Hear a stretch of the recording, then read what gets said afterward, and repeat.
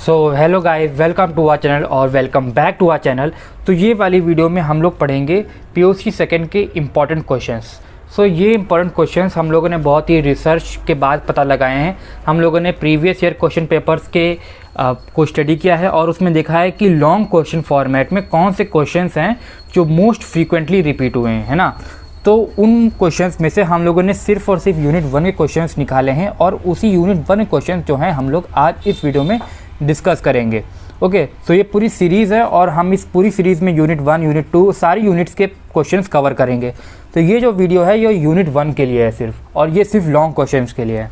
तो हम लोगों ने काफ़ी स्टडी के बाद ये कुछ लॉन्ग क्वेश्चंस निकाले हैं जो मोस्ट फ्रीक्वेंटली आपके AKTU एग्ज़ाम में पूछे जाते हैं, है ना। जब AKTU का पेपर बनता है तो दोस्तों जब पेपर बनता है तो एग्ज़ामिनर को ये जो क्वेश्चन है ये उनके फेवरेट क्वेश्चन है। कोई और क्वेश्चन देना दे लेकिन ये क्वेश्चन तो वो पक्का देंगे, क्योंकि ये जो क्वेश्चन है ये काफ़ी सालों से लगातार आते जा रहे हैं। तो एक इनकी सीरीज़ बन गई है, एक इनका रिचुअल बन गया है। अगर आप अपने कॉलेज में भी जाएंगे तब भी आपके टीचर्स भी आपको ये कहेंगे कि ये क्वेश्चंस बार बार रिपीट हुए हैं, तो इसको तो ज़रूर पढ़ के जाना, है ना। तो ये जो क्वेश्चन है ये तो आपको ज़रूर पढ़ के जाना है, भले आप कोई और टॉपिक कवर करें या ना करें, है ना। तो वही शुरू करते हैं अपना इंपॉर्टेंट टॉपिक क्वेश्चंस के। तो यूनिट 1 के जो लॉन्ग क्वेश्चंस है वो आप इस प्रकार हैं। तो पहला क्वेश्चन जो पूछा जाता है वो है give analytical synthetic and other evidences in the structure of benzene, है ना। तो ये क्वेश्चन है। तो दोस्तों क्वेश्चन को हमारे एग्जामिनर्स है वो कई तरह से फ्रेम करते हैं। कभी लिखते हैं list the analytical synthetic and other evidences, कभी कहते हैं explain the analytical synthetic evidences, है ना। कई तरह से ये लोग फ्रेम करते हैं क्वेश्चन को। क्वेश्चन पूछ वही रहे हैं लेकिन खाली अलग तरीके से वर्ड्स में फॉर्मेट में लिखते हैं। कभी कभी लिख देते हैं give analytical synthetic and other evidences in the derivation, add word कर देते हैं डेरिवेशन का, in the structure of benzene. कभी तो खाली डेरिवेशन वर्ड नहीं लिखते, खाली लिख देते हैं स्ट्रक्चर ऑफ बेंजीन, है ना। तो आपको देखना है कि ये क्वेश्चन किस तरह से ये फ्रेम करते हैं और आपको बस देखना कि आपसे ये वर्ड पूछा क्या है, analytical synthetic and other evidences in the structure of benzene. अगर आपसे ये पूछा गया तो आप समझ जाइए कि आपको ये आंसर लिखना है ना। भले आप वो क्वेश्चन किस तरह से फ्रेम करें, आंसर तो आपका वही है, ठीक। तो इस आंसर को लिखने से पहले सबसे पहले हम लोग बेंजीन के बारे में थोड़ा सा इंट्रोडक्शन दे देते हैं, क्योंकि बेंजीन के बारे में इंट्रोडक्शन देना गलत नहीं होगा। हम लोग मेन आंसर में तो आएंगे ही, लेकिन थोड़ी सी इंट्रोडक्शन बन जाए बेंजीन के बारे में, है ना। तो बेंजीन के बारे में थोड़ी सी इंट्रोडक्शन दे देते हैं कि in benzene all carbon to carbon bond are equivalent. जो कार्बन और कार्बन के बॉन्ड है बीच में वो सारे इक्विवेलेंट है, कोई भी अलग नहीं है, कोई दूसरा नहीं है ना। And all are sp2 hybridise, मतलब कि जितने भी कार्बन है सारे जो कार्बन है वो आपके sp2 हाइब्रिडाइज हैं, कोई उनमें डिफरेंस नहीं है। अब जैसे कि ये बेंजीन देखें आप, ये बेंजीन तो देखिए ये वाला कार्बन हो चाहे ये वाला कार्बन हो चाहे ये वाला कार्बन हो, सब सेम है, कोई डिफरेंस नहीं है ना। आप बोले कि नहीं ये वाला कार्बन अलग है ये वाला कार्बन अलग, नहीं, ये सब नहीं है, सारे sp2 हाइब्रिडाइज हैं और जो बॉन्ड है ये रोटेट करते रहते हैं। ये बॉन्ड अभी यहाँ आ जाएगा, ये बॉन्ड यहाँ आ जाएगा, ये बॉन्ड यहाँ आ जाएगा। तो आप कह नहीं सकते कि डबल बॉन्ड एक जगह रुका हुआ है। तो दोस्तों ये इसे कहते हैं रेजोनेंस, जब जो हमारे डबल बॉन्ड से वो शिफ्ट होते रहते हैं। ओके, तो बेंजीन तो रेजोनेंस शो करते हैं, सबको पता है। तो सबसे पहला पॉइंट आपका ये हो गया। फिर नेक्स्ट पॉइंट है all carbons are identical and equivalent. तो पहले तो हम लोगों ने बात करी बॉन्ड के बारे में कि सारे बॉन्ड भी इक्विवेलेंट है। अब हम लोग कह रहे हैं कार्बन भी इक्विवेलेंट है, कार्बन में भी कोई डिफरेंस नहीं है। जब बेंजीन बनाएंगे, जैसे कि ये बेंजीन हो गई ये वाली, तो यहाँ पे देख रहे हैं आपको रेजोनेंस बना है, ये जो सर्कल बना है ये डिनोट करता है कि रेजोनेंस है, कि मतलब कि कोई भी बॉन्ड फिक्स नहीं है, सारे बॉन्ड है वो मूव कर रहे हैं, है ना। तो कार्बन भी सेम है सब और बॉन्ड भी सेम है सब, है ना, और इक्विवेलेंट है, सब सेम है, कोई डिफरेंस नहीं है, ठीक। फिर नेक्स्ट पॉइंट है it is a flat molecule, ये फ्लैट है, एक 2D प्लेन में आ सकता है। बेंजीन को आपको 3D में स्ट्रक्चर बनाने की कोई ज़रूरत नहीं है, वेज एंड हैश स्ट्रक्चर बनाने की कोई ज़रूरत नहीं, क्योंकि ये 2D प्लेन में भी आ सकता है आराम से, है ना। And all the carbon are in same plane, और सारे जो कार्बन है वो सभी एक सेम प्लेन में है, कोई आउट ऑफ द प्लेन नहीं, कोई भी कार्बन, सब एक सेम प्लेन में है। इसी वजह से ये जो है स्ट्रक्चर है ये एरोमेटिक है, वो हम लोग पढ़ेंगे आगे कि एरोमेटिक होने के लिए सारे जो कार्बन है वो सेम प्लेन में होने चाहिए, ठीक है। तो ये 3 पॉइंट्स मैंने बेंजीन को इंट्रोडक्शन के लिए लगा दिए। अगर आप चाहें, अगर आपके पास एक्स्ट्रा टाइम हो तो आप और भी पॉइंट ऐड कर दीजिएगा, अगर आपके पास एक्स्ट्रा टाइम हो, है ना। तो आप और पॉइंट्स ऐड कर सकते हैं बेंजीन के बारे में। काफ़ी पता है कि बेंजीन में रेजोनेंस होती है, साइक्लिक होता है, हाइड्रोकार्बन होती है, इलेक्ट्रॉन रिच होती है, सबको पता है। मेन जो चीज़ है हमारी एनालिटिकल एविडेंसेस उसमें आते हैं। इंट्रोडक्शन तो आप अपने हिसाब से आप पॉइंट्स ऐड कर दीजिए, लेकिन ये जो एनालिटिकल एविडेंस है ये बहुत ज़रूरी है। और इसमें हमने सारे पॉइंट्स लिखे हैं जो आपको लिखने हैं, कोई भी पॉइंट इसमें से मिसिंग नहीं है। कोई भी पॉइंट अगर आप इसके सारे पॉइंट लिखेंगे तो मेरी को पक्का गारंटी कि टीचर आपको फुल मार्क्स देगा। अब वो उस पर भी डिपेंड करता है, लेकिन इसमें कोई भी ऐसा पॉइंट नहीं है जो छूटा हुआ हो। ठीक है, सारे पॉइंट्स हम लोगों ने लिखे हैं। ठीक, सबसे पहला पॉइंट है एक्सरे एंड इलेक्ट्रॉन डिफ्रैक्शन। ये जो टेक्निक्स है, studies confirm the presence of hexagonal structure for benzene molecule. So हम लोगों ने एक्सरे और इलेक्ट्रॉन डिफ्रैक्शन की मदद से ये जाना कि जो बेंजीन है वो हेक्सागोनल शेप में है। हेक्सागोनल शेप कैसा होता है दोस्तों? हेक्सागोनल शेप होता है ऐसा, ये इसमें आप देख रहे हैं ना 6 साइड्स हैं, 1 2 3 4 5 6, तो ऐसा होता है हेक्सागोनल। कुछ स्ट्रक्चर पेंटागोनल होते हैं, कुछ रेक्टेंगल होते हैं ना। तो हमारा जो बेंजीन है वो हेक्सागोनल है। इस एक्सरे और डिफ्रैक्शंस, इलेक्ट्रॉन डिफ्रैक्शन में हमको ये पता लग गया कि अब इसके स्ट्रक्चर में कोई कंफ्यूजन नहीं है, ये हमारा हेक्सागोनल ही है। तो हम लोग को पता है कि मोलिकुलर फॉर्मूला क्या होता है, C6H6, सबको पता है बेंजीन का। तो हम लोग को ये पता कहाँ से लगा? तो ये हम लोग को पता लगा एलिमेंटल एनालिसिस से। तो ये रहा हमारा एलिमेंटल एनालिसिस। तो पढ़ते हैं, from elemental analysis it was proved that benzene has molecular formula C6H6। So elemental analysis से हम लोगों ने ये पता लगाया कि जो बेंजीन का मोलिकुलर फॉर्मूला है वो हमारा C6H6 है। ठीक, C6H6 हम लोगों को ये पता चलेगा कि इसका जो मोलिकुलर फॉर्मूला है वो C6H6 है। फिर हम लोगों ने और थोड़ा सा स्टडी करी और हमने पता लगा कि इसका मोलिकुलर वेट जो है वो 78U है, 78 एटॉमिक मास यूनिट है ना। तो वो हम लोग को पता लग गया।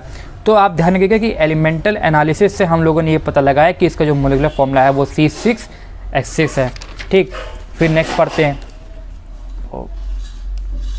है ना।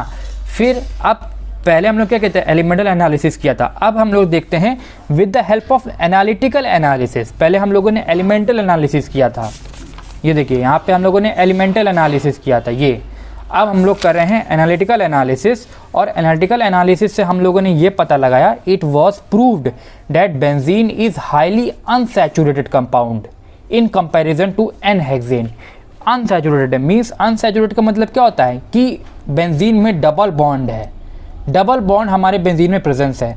N-हेक्सेन में कोई भी डबल बॉन्ड नहीं होता। N-हेक्सेन का फॉर्मूला क्या होता है, C6H14 है ना। तो इसमें कोई डबल बॉन्ड नहीं, यहाँ पे सब सिंगल बॉन्ड है। लेकिन यहाँ पे एनालिटिकल एनालिसिस से हम लोगों ने ये पता लगाया कि जो बेंजीन का जो वो है, बेंजीन का जो स्ट्रक्चर है उसमें क्या है, डबल बॉन्ड की प्रेजेंस है, वहाँ पे डबल बॉन्ड पाया जाता है। ठीक, तो हम लोगों ने ये पता लगाया कि वहाँ पे भाई डबल बॉन्ड है, उसका जो फॉर्मूला है वो C6H6 है और वो हेक्सागोनल शेप में है। अब हम लोग और पता लगाते रहेंगे। ठीक है, और पता लगाते क्या है, फिर with the help of FTIR। FTIR एक मशीन होती है, इसका फुल फॉर्म है फोरियर ट्रांसफॉर्म्ड इंफ्रारेड। एक मशीन होती है, बड़ी सी मशीन होती है। It was found that aromatic CH stretching is 3030 centimetre inverse, aromatic C double bond stretch is 1500 to 2000 centimetre inverse, aromatic CH bending is 650 to 1000 centimetre inverse. तो ये FTIR machine है, उससे हम लोगों ने ये पता लगाया कि जो CH बॉन्ड है, जो हमारे बेंजीन में CH बॉन्ड होता है ना, तो उसकी स्ट्रेचिंग कितनी है, जो CC बॉन्ड है उसकी स्ट्रेचिंग कितनी है, और जो हमारी CH बेंडिंग है वो कितनी है। तो हम लोगों ने ये FTIR से पता लगाया कि हाँ भाई ये होता है। तो हम लोग और कंफर्म हो गए कि जो बेंजीन है वो हेक्सागोनल में है, उसमें डबल बॉन्ड है ना, उसमें हाइड्रोजन की भी प्रेजेंस है। काफ़ी सारी चीज़ें हम लोगों को पता चली। ठीक है, फिर हम लोगों ने थोड़ा सा और पता लगाया, है ना, और फिर हम लोगों ने देखा कि from molecular formula and weight it was confirmed that benzene contains 6 carbon and 6 hydrogen. So molecular formula हम लोग को पता चला था कि वो एलिमेंटल एनालिसिस से हम लोग को पता चला कि मॉलिकुलर फॉर्मूला C6H6 है, ये हम लोग को पता चला था। और हम लोगों को ये पता चला था कि मॉलिकुलर वेट कितना है, 78 atomic mass unit, 78 atomic mass unit या यू भी कहते हैं इसे।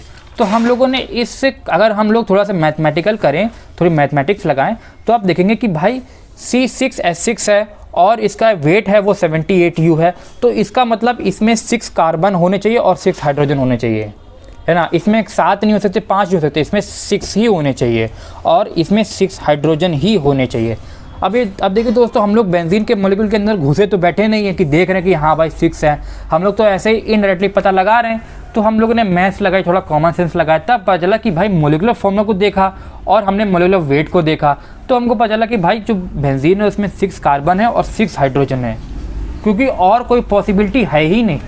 और कोई पॉसिबिलिटी कैसे हो सकती कि उसका एटॉमिक मास यूनिट भी 78 U हो और उसका फॉर्मूला भी C6H6 हो? कैसे हो सकता है? सिर्फ एक ही तरह से हो सकता है, जब उसमें 6 कार्बन हो और 6 हाइड्रोजन, तभी ये हो सकता है, और उन दोनों के बीच में डबल बॉन्ड की प्रेजेंस हो, तभी हो सकता है, और कोई केस बन ही नहीं सकता। अगर आपको पता हो तो प्लीज़ कमेंट सेक्शन में बताइए। ठीक, नेक्स्ट है benzene at 6 hydrogen to itself category to form cyclohexane.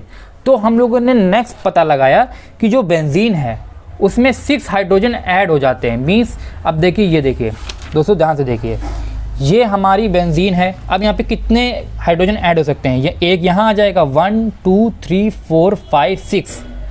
तो हमने बेंजीन को देखा, जब हमने इसको हाइड्रोजन के साथ रिएक्ट करवाया तो एक हाइड्रोजन यहाँ जुड़ गया, एक यहाँ जुड़ गया, एक यहाँ जुड़ गया, यहाँ जुड़ गया, यहाँ जुड़ गया, यहाँ जुड़ गया, और सारे डबल बॉन्ड हो गए गायब। तो हम लोगों ने ये पता लगाया कि भाई बेंजीन सिर्फ और सिर्फ 6 हाइड्रोजन ही ऐड कर रही है, मतलब कि इसमें 6 साइड ही हैं। अगर 7 हाइड्रोजन ऐड कर दी तो भाई 7 साइड होते, 8 कर दी तो 8 साइड, लेकिन ये 6 करी, मतलब कि यहाँ पे 6 साइड, और 6 साइड किसका होता है? हेक्सागोनल का होता है। तो हमने ये पता लगाया कि भाई 6 हाइड्रोजन ही ऐड कर रही है ना। और 6 हाइड्रोजन ऐड कर रही है, और क्यों ऐड करी? क्योंकि वहाँ पे डबल बॉन्ड है। क्योंकि भाई अगर यहाँ पे डबल बॉन्ड होता ही, अगर दोस्तों यहाँ पे अगर डबल बॉन्ड होता ही नहीं तो हाइड्रोजन आता कैसे? डबल बॉन्ड टूटा तब हाइड्रोजन आया। अगर डबल बॉन्ड टूटता ही नहीं तो हाइड्रोजन आता कैसे? डबल बॉन्ड अगर हाइड्रोजन लगा है, इसका मतलब कि डबल बॉन्ड कहीं ना कहीं तो टूटा है, और तभी तो हाइड्रोजन लगा है। ये कॉमन सेंस की बातें हैं, है ना। इसका मतलब यही हुआ कि इसमें तो कोई ना, बेंजीन में डबल बॉन्ड तो है ही, इसका मतलब यही हुआ, और तो कोई मतलब इसका निकल ही नहीं रहा है। तो ये है benzene at 6 hydrogen to itself catalytically means catalyst के प्रेजेंस में टू फॉर्म साइक्लोहेक्सेन बनाने के लिए।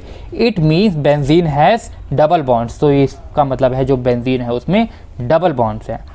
और 10th पॉइंट है हमारा बेंजीन फॉर्म ट्राई आयोनाइड। तो ये बेंजीन का जब आप लोग पढ़ेंगे, अभी मैं इसको एक्सप्लेन नहीं कर सकता, जब आप लोग पढ़ेंगे अपने कोर्स में ऑक्सीजन की रिएक्शन, जो हमारी वो लेयर नहीं होती हमारे एटमॉस्फेयर में, जब आप उसकी जब रिएक्शन पढ़ेंगे बेंजीन के साथ, तो आप लोग इसको पढ़ेंगे। जब ओजोन लेयर जो हमारी एटमॉस्फेयर में होती है, तो ओजोन की रिएक्शन जब बेंजीन के साथ होती है तो क्या फॉर्म होता है, तब आप लोग इसको पढ़ेंगे। तो आप लोग ये याद रखिए कि बेंजीन फॉर्म ट्राई आयोनाइड, कि बेंजीन से ये ट्राई आयोनाइड बनता है, और ये भी हमारा कंफर्म करता है कि बेंजीन जो है वो साइक्लिक इन नेचर है।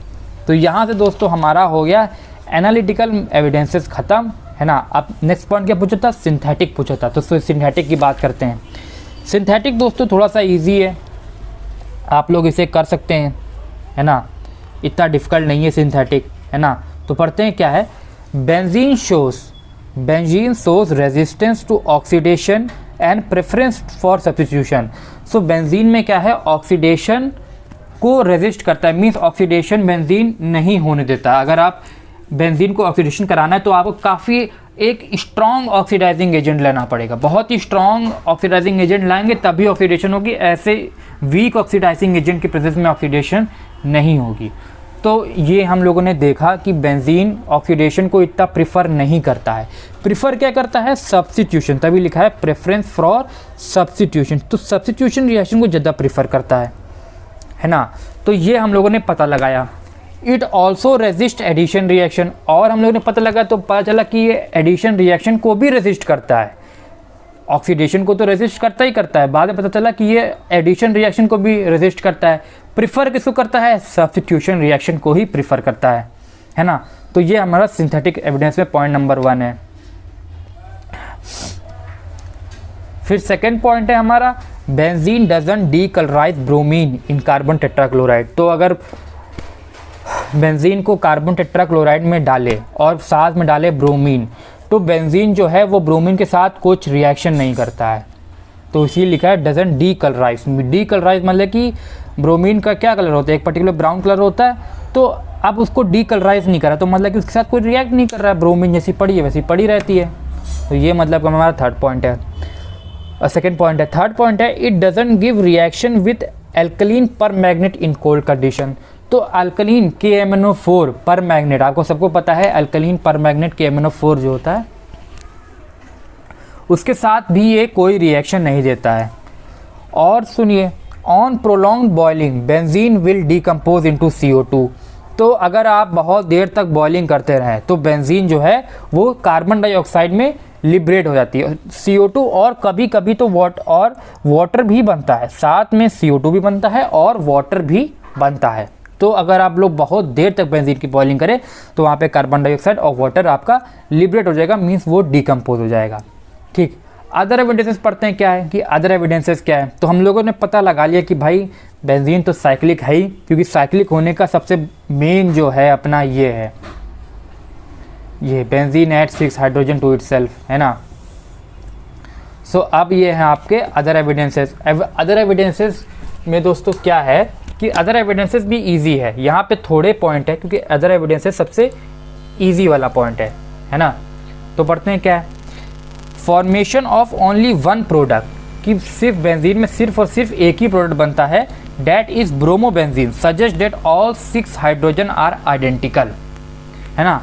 तो देखिए, जब हम लोग बेंजीन की ब्रोमीन के साथ रिएक्शन कराते हैं इन प्रेजेंस ऑफ FeBr2, तो जो एक ही प्रोडक्ट बनता है वो Br है, ये बेंजीन है, Br लग जाता है। तो इसका मतलब है कि ये सारे कार्बन है ये सेम है। अगर कार्बन डिफरेंट होते तो भाई Br यहाँ लगता, कहीं Br यहाँ लगता, लेकिन Br सिर्फ खाली एक ही जगह लग रहा है, वो है कार्बन।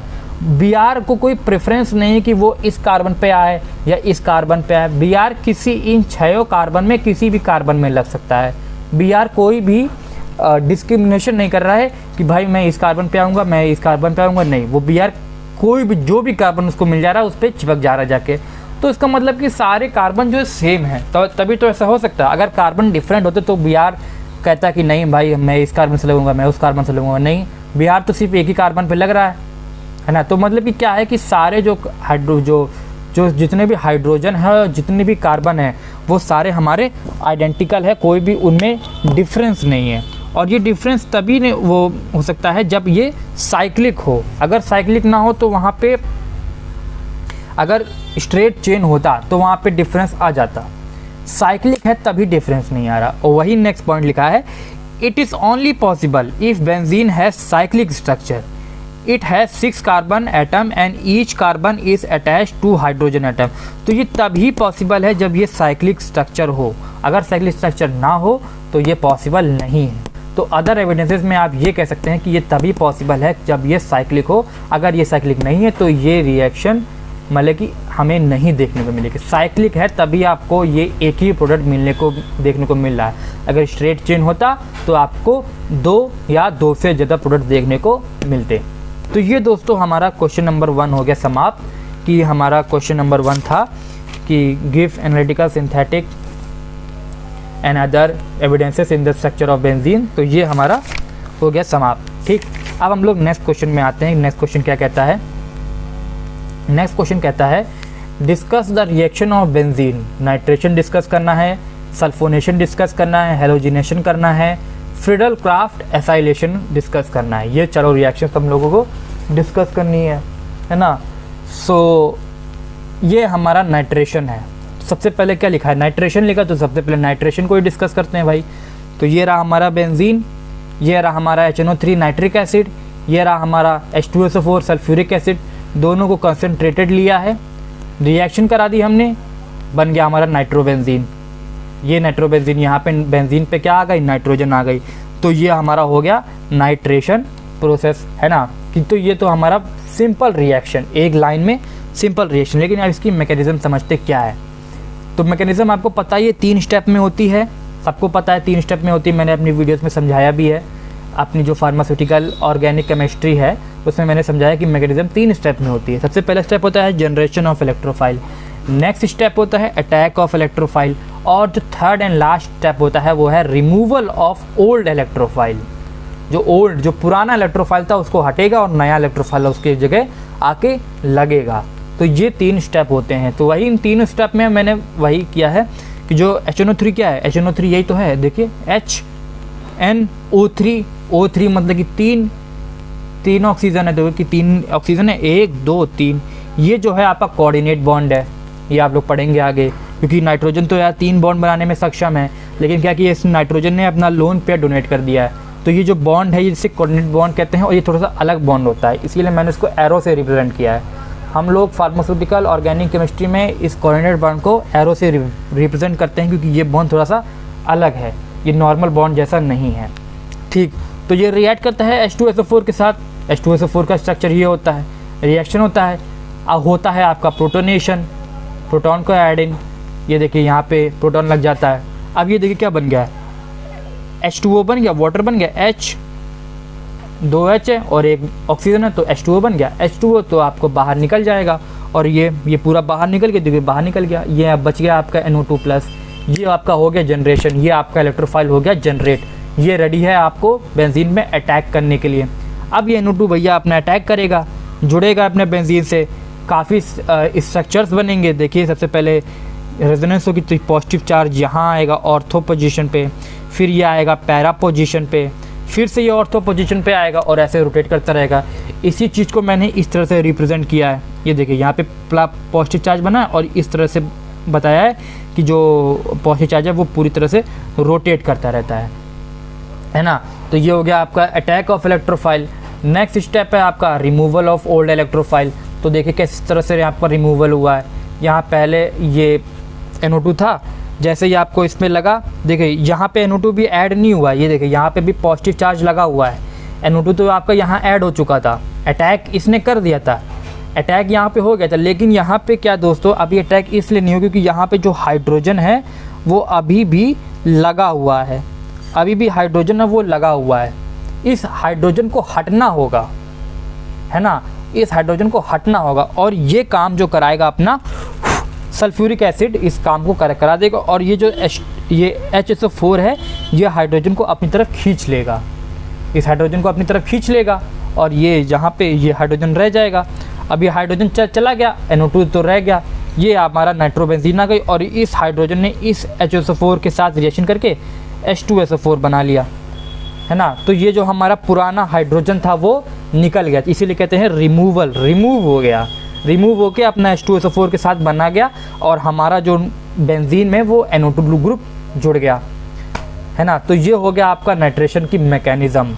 तो ये थी उसकी बेसिक रिएक्शन, ये थी मैकेनिज़्म जो 3 स्टेप में थी। बात वही हम लोगों जो नाइट्रेशन के लिए की थी, अब बात हम लोगों को वही सल्फोनेशन के लिए करनी पड़ेगी। तो सल्फोनेशन का दोस्तों ये स्टेप 1, स्टेप 2, है ना, स्टेप 3, आप लोग, मैं इसकी PDF डिस्क्रिप्शन में भेज दूंगा, आप लोग यहाँ पे देख लीजिएगा, है ना। ये देखिए सब इसकी पूरी सी रिएक्शन पूरी सी अच्छे से लिखी हुई है कि किस तरह से ये होता है।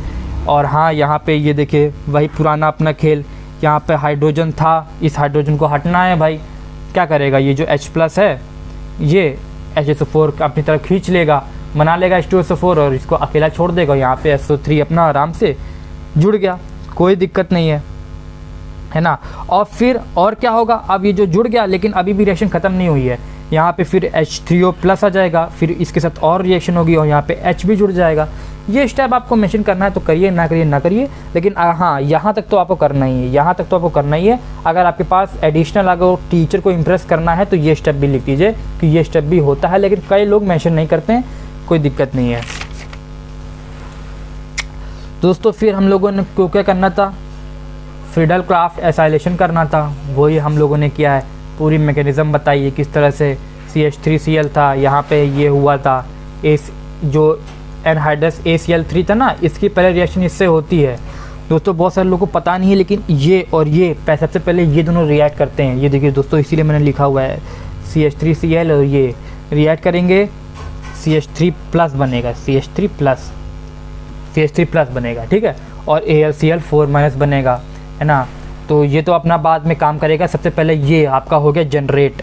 ये देखिए, ये बहुत इंपॉर्टेंट कंपाउंड है, और यही जाके अटैक कर देगा, अटैक करेगा बढ़िया तरीके से। ये देखिए CH3 यहाँ पे प्लस CH3 जो है अटैक करेगा, अटैक करने के बाद यहाँ जुड़ जाएगा, पॉजिटिव चार्ज का भी इधर आएगा, पॉजिटिव चार्ज का भी इधर आएगा। तो इसी को मैंने इस तरह से भी तो लिख सकता हूँ जो मैंने पहले किया था, कि जो हमारा जो CH3 जो हमारा पॉजिटिव चार्ज है ये पूरी तरह से रोटेट कर रहा है, इस तरह से पूरी तरह से ये रोटेट कर रहा है, कभी यहाँ आ रहा है कभी यहाँ आ रहा है। तो मैंने इसको यहाँ तरह से दिखा दिया है, ये पूरी तरह से रोटेट कर रहा है, ठीक।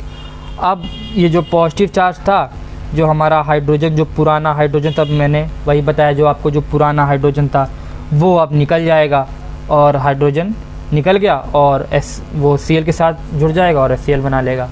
बात है ये हेलोजिनेशन की, तो हेलोजिनेशन में दोस्तों वही है, क्लोरीनेशन को सबसे पहले समझाया गया है, फिर उसकी मैकेनिज़्म बताई गई है क्लोरीनेशन की क्या है, फिर बताया गया है ब्रोमिनेशन, बताया गया है कि ब्रोमिनेशन भाई क्या होता है, उसकी मैकेनिज़्म समझाई गई। सबकी मैकेनिज़्म समझाना दोस्तों ज़रूरी है। और आयोडोनेशन थोड़ा सा अलग है, क्योंकि आयोडोनेशन की जो मैकेनिज़्म है वो थोड़ी सी अलग है। आयोडोनेशन में अगर आपको लिखना है तो आप सबसे पहले ये लिखिए, रिएक्शन लिखिए कि ये रिएक्शन होती है, एंड प्रोडक्ट है हमारा आयोडोबेंजीन, जहाँ पे बेंजीन में हमारा आयोडीन लग गया है, और HI, ये HI मेंशन करना बहुत ज़रूरी है, ठीक है। नेक्स्ट में ये पॉइंट भी मेंशन करना बहुत ज़रूरी है कि HI is a strong reducing agent which gets formed. तो जो HI जो बन गया है ये बहुत ही स्ट्रॉन्ग रिड्यूसिंग एजेंट है, बहुत स्ट्रॉन्ग रिड्यूसिंग एजेंट है, रिड्यूस कर देगा तुरंत, पता भी नहीं चलेगा और आपको ये रिड्यूस कर देगा, है ना। सो HNO3 इज़ यूज, तभी तो मैंने यहाँ पे HNO3 यूज़ कर दिया है। HNO3 क्या है, एक बहुत ही स्ट्रॉन्ग ऑक्सीडाइजिंग एजेंट है। तो ये है आपका रिड्यूसिंग एजेंट, ये है आपका ऑक्सीडाइजिंग एजेंट, दोनों ही बहुत स्ट्रॉन्ग है। तो एक दूसरे की जो ये करेगा रिड्यूस, ये कर देगा ऑक्सीडाइज, तो ये दोनों एक दूसरे के अगेंस्ट जाएंगे, तो पूरा जो इफेक्ट है वो नलिफाई हो जाएगा। जैसे कि कोई ये हाथ मेरा इधर जा रहा है, तो ये हाथ मेरा इधर जा रहा है, तो मैं दोनों को लगाऊंगा तो कहीं नहीं जाएगा, देखिए रुक गया, है ना।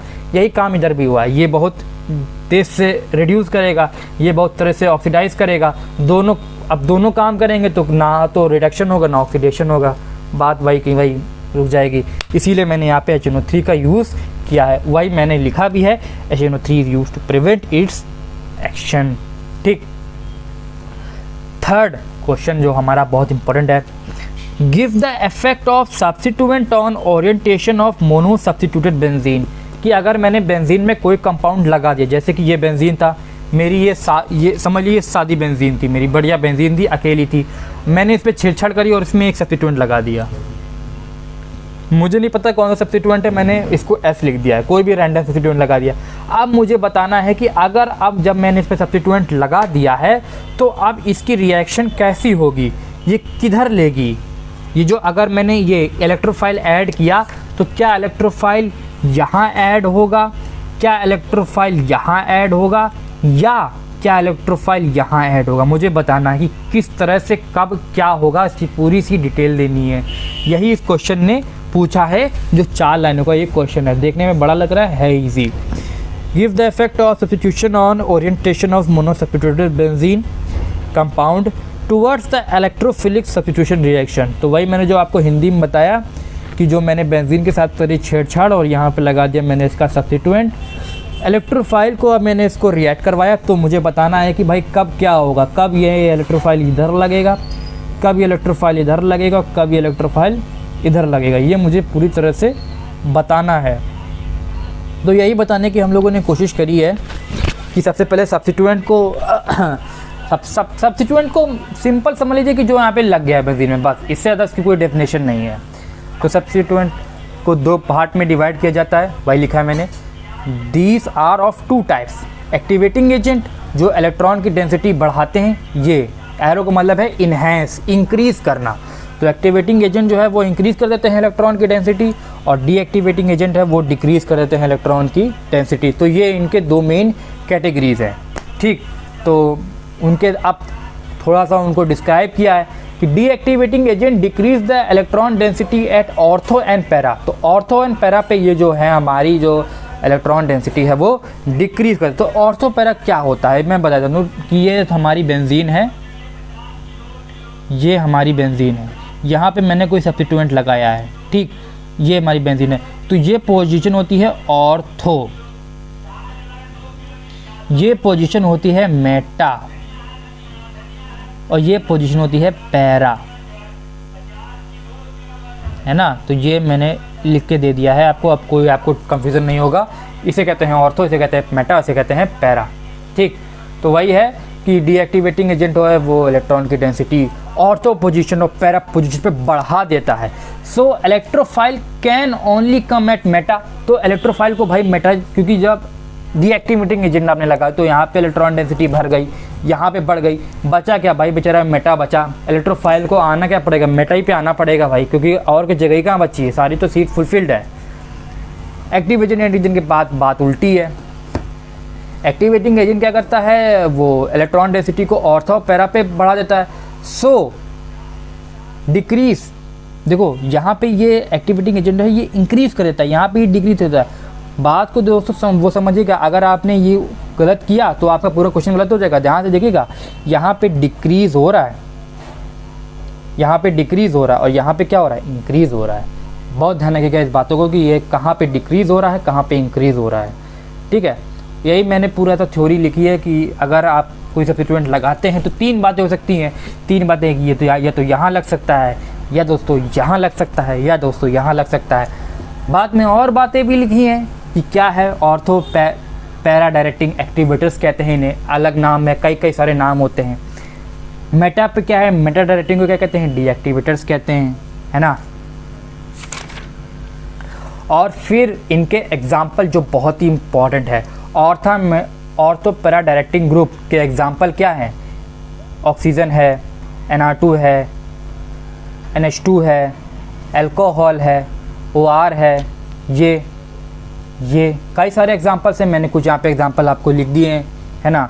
मेटा डायरेक्टिंग की क्या एग्जाम्पल्स है, the substituent add electrophile at meta position. तो अगर आपने इसको लगा तो आपको जो प्रोडक्ट मिलेगा वो आपको मेटा में मिलेगा। तो क्या है इसके एग्जाम्पल है, हेलोजेंस हैं, ये एल्डेहाइड है, ये अमीन है, ये मतलब कि ये आपका अमीन है, ये NO2 है ना। तो ये सारे आपके मेटा डायरेक्टिंग। और सबसे ईजी क्वेश्चन जो हमारा फोर्थ क्वेश्चन है, right a short note on Huckel's rule. तो मैंने दोस्तों बताया आपको कि कई सारे तरीके से क्वेश्चन पूछे जाते हैं। कोई कहता है एक्सप्लेन हकल रूल, कोई कहता है डिफाइन हकल रूल, कोई कहता है right a short note on हकल rule. तो बात तो हकल रूल की पूछने की बात है ना, तो सिंपल आप लिखिए ना क्यों आंसर है। तो एरिक हकल जी ने इसको प्रपोज किया था, तो नाम आप याद कर लीजिएगा क्योंकि एरिक हकल रूल जी हैं, इन्होंने ही ये जो हकल रूल है इसको प्रपोज किया था। और ये हकल रूल अभी भी आपका मान्य है, अभी भी आप लैब में भी कोई भी अगर आपको जानना हो कि ये कंपाउंड एरोमेटिक है कि नहीं है तो आप इस हकल रूल को इस्तेमाल कर सकते हैं, ठीक है। तो बेसिकली अगर हिंदी में बताऊं तो हकल रूल हम लोग इसलिए यूज़ करते हैं कि पता लगाएं कि कोई कंपाउंड एरोमेटिक है कि नहीं। अगर हकल रूल के मतलब कि हकल रूल ने कुछ क्राइटेरियाज दी हैं, अगर वो हकल रूल को फॉलो करता है तो वो एरोमेटिक है, और अगर हकल रूल को कोई नहीं फॉलो करता है तो वो एरोमेटिक नहीं है, ठीक। तो इसीलिए लिखा है a compound is said to be aromatic if लगा है कि अगर एरोमेटिक है, compound is said to be aromatic if. तो क्राइटेरिया क्या है, हमारे 3 क्राइटेरियाज हैं। इट इज़ साइक्लिक, अगर वो साइक्लिक है, इट इज़ प्लेनर, अगर वो प्लेन में है, और if it has 4n+2 pi electrons, जहाँ पे n जो है 1 2 3 4। ध्यान रखिएगा दोस्तों, यहाँ पे n जो है 1 2 3 4 है। कोई ये कह दे कि 1 पॉइंट में नहीं होगा, फ्रैक्शन में नहीं होगा, नंबर्स में होगा, इंटीजर्स 1 2 3 4 5 6, है ना। ऐसे नहीं 4.5 6.5 ये नहीं, बिल्कुल इंटीजर्स, ठीक है। तो अगर आपको निकालना है कि कोई कंपाउंड आपका एरोमेटिक है कि नहीं, तो सबसे पहले उसके पाई इलेक्ट्रॉन्स को ऐड कर लीजिए, गिन लीजिए उसके पाई इलेक्ट्रॉन्स कितने हैं, ठीक।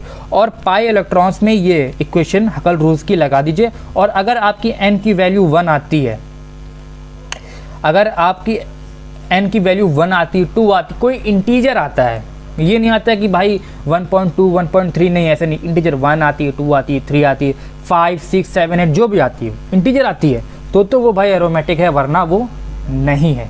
इसके लिए सबसे बेस्ट एग्जांपल है वो बेंजीन का हम लोगों ने लिया हुआ है। तो बेंजीन में हम लोग अगर आप पाई इलेक्ट्रॉन्स को ऐड करें तो 6 होते हैं, उसमें 6 पाई इलेक्ट्रॉन्स होते हैं। तो हम लोगों ने हैकल्स रूल लगाया, 4 क्या लिखा है 4n + 2 पाई है, तो 4n + 2 = 6 पाई इलेक्ट्रॉन्स थे ना, तो 6 लगाया, तो ये 2 इधर गया तो 6 - 2 हो गया, तो 4 आया, तो 4n = 4, तो n की वैल्यू क्या आई 1 आई, n की वैल्यू 1 आई, तो मतलब कि n और 1 क्या है इंटीजर है।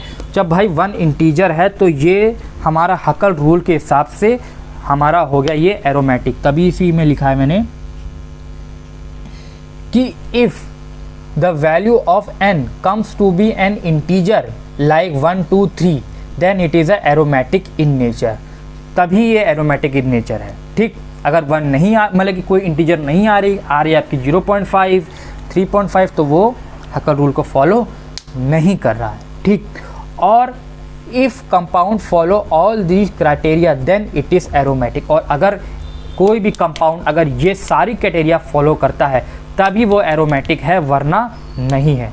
यही है आपका हकल्स रूल। और आपको हकल्स रूल में कुछ और मेंशन नहीं कर सकते क्योंकि भाई हकल्स रूल छोटा सा रूल है, 1931 में आया था, एरिक हकल जी ने इसको दिया था। एरिक हकल जी को कोई प्राइज़ मिला था कि नहीं मिला था वो मुझे नहीं पता, लेकिन हाँ ये पता है कि अगर इस रूल को अगर आपने लगाया तो आपको ये तो पता चल जाएगा कि वो एरोमेटिक है कि नहीं। तो दोस्तों यही थे हमारे 4 मोस्ट इम्पोर्टेंट क्वेश्चंस लॉन्ग में। अब नेक्स्ट वीडियो आएगी आपकी शॉर्ट में, तो मेरे दोस्तों आपसे रिक्वेस्ट कि आप वो भी देखें, और thank you and good bye.